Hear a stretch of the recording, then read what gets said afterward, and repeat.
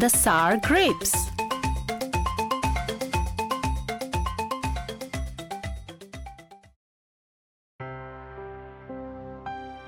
Raju, do these addition sums. You need lot of practice in maths. These are very easy sums, Mama. Oh, is it? Then do fast. Okay, Mama.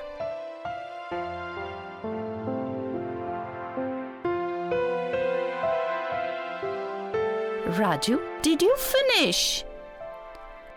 No, Mama, I'm not able to do these sums.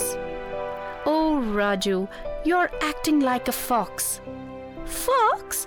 What are you talking about, Mama? Listen to this beautiful story and you will understand what I mean.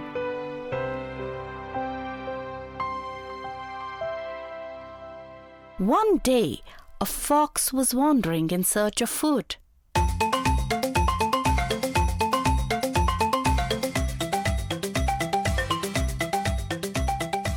He wandered and wandered, but he did not get any food to eat.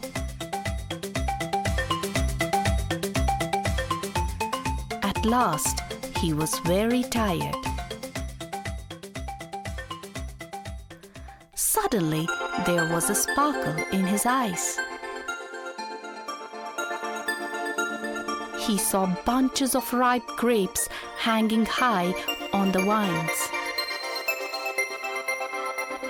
He was so excited and happy that he started to sing and dance.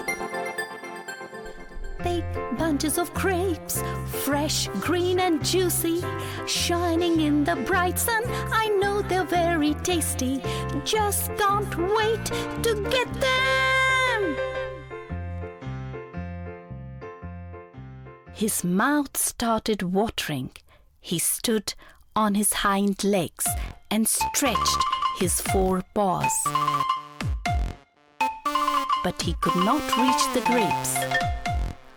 With all his strength, he jumped, yet he could not reach.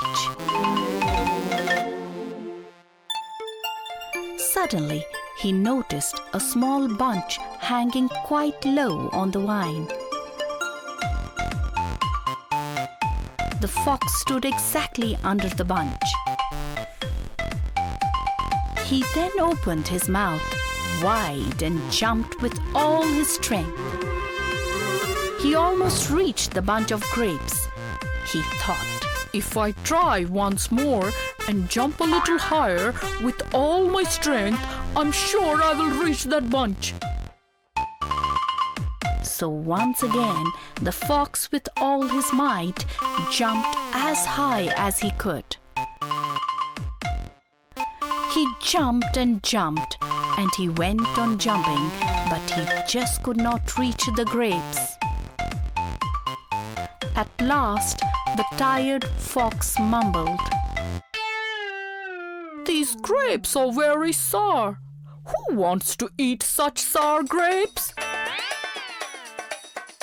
And so the fox walked away. Big bunches of grapes, stale, pale and dry, hanging in the bright sun. I know they're very sour.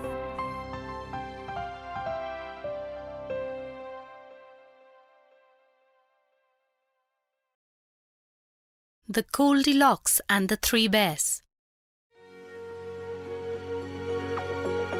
Mama, I'm feeling hungry. Can you give me something to eat? Would you like to have some porridge? Porridge? Do you know about the family of bears who loved porridge for breakfast? No, Mama. Tell me more. Okay, come sit next to me and listen carefully. Once upon a time, there were three bears who lived in a cottage in a forest. Father Bear was very big and had a deep, growly voice. Mother Bear was medium-sized and had a soft, middling, deep voice. Baby Bear was very small indeed and had a tiny, squeaky voice. They each had their own chair, their very own bed, their very own porridge bowl, and their very own spoon. Every morning, Mother Bear boiled porridge for breakfast and poured it into 3 bowls.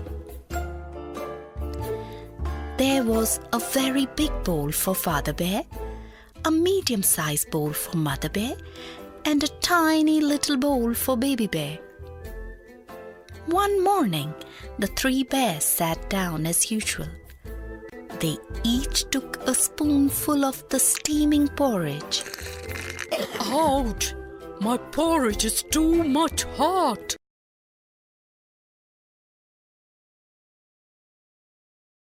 Ouch! My porridge is much too hot, cried Mother Bear in her soft, middling, deep voice. Ouch! My porridge is too hot. I have burned my mouth, squeaked Baby Bear in his tiny, squeaky voice. Let's go for a walk in the forest while our porridge cools down, suggested Mother Bear, and off they went.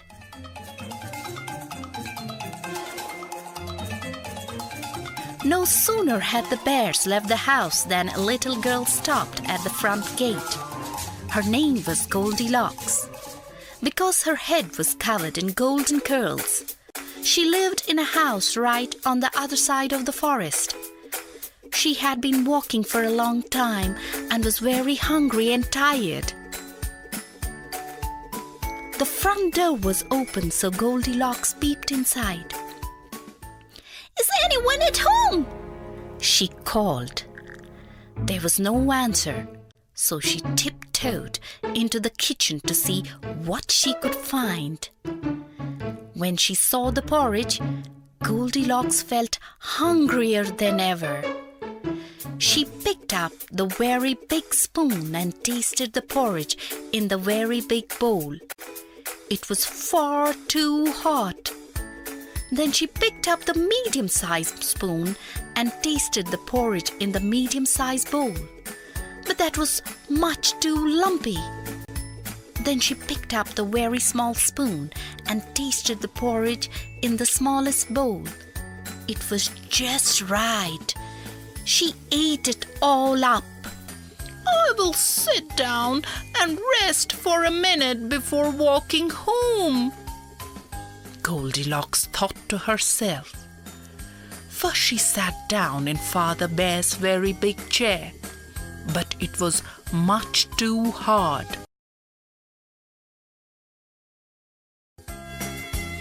Then she sat down in Mother Bear's medium-sized chair, but that was too soft.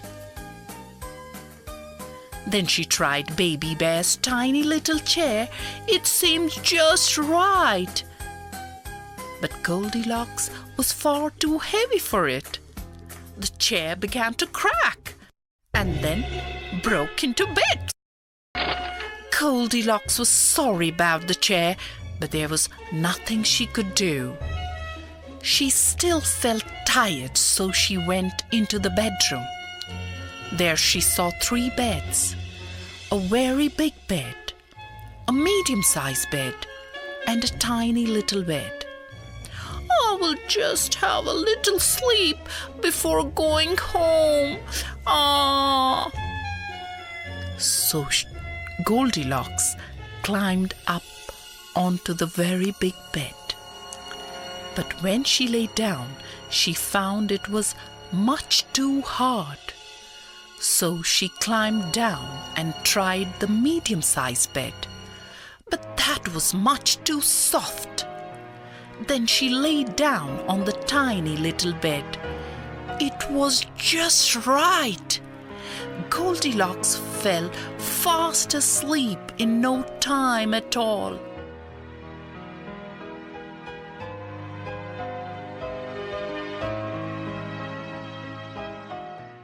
Soon afterwards, the 3 bears came home for breakfast. They stared at the bowls of porridge on the kitchen table. Who's been eating my porridge? roared Father Bear in his deep, growly voice. Who's been eating my porridge? Cried Mother Bear in her soft, middling, deep voice. Who's been eating my porridge and eaten it all up?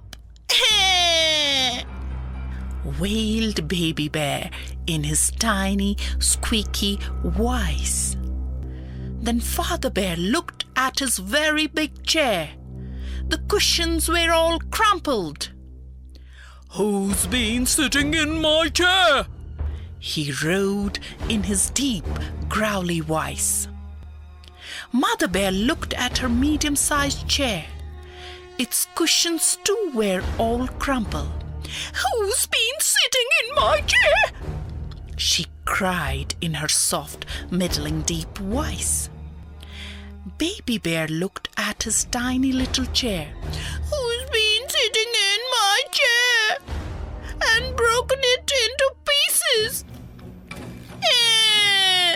He wailed in his tiny, squeaky voice. Someone's been in our house, roared Father Bear. Let's look in the other rooms. The three bears went into their bedroom. Father Bear looked at his very big bed, which had a rumpled cover. Who's been sleeping in my bed? He roared in his deep, growly voice. Mother Bear looked at her medium-sized bed, which had the bedclothes turned back. Who's been sleeping in my bed? She cried in her soft, middling, deep voice. Baby Bear looked at his tiny little bed. Look, he squeaked in his tiny, squeaky voice. Somebody's sleeping in my bed now! The noise of the three bears woke Goldilocks up. When she saw them, she was very frightened. She jumped up and ran out of the house as fast as her legs could carry her. She ran all the way home and never went into the forest again.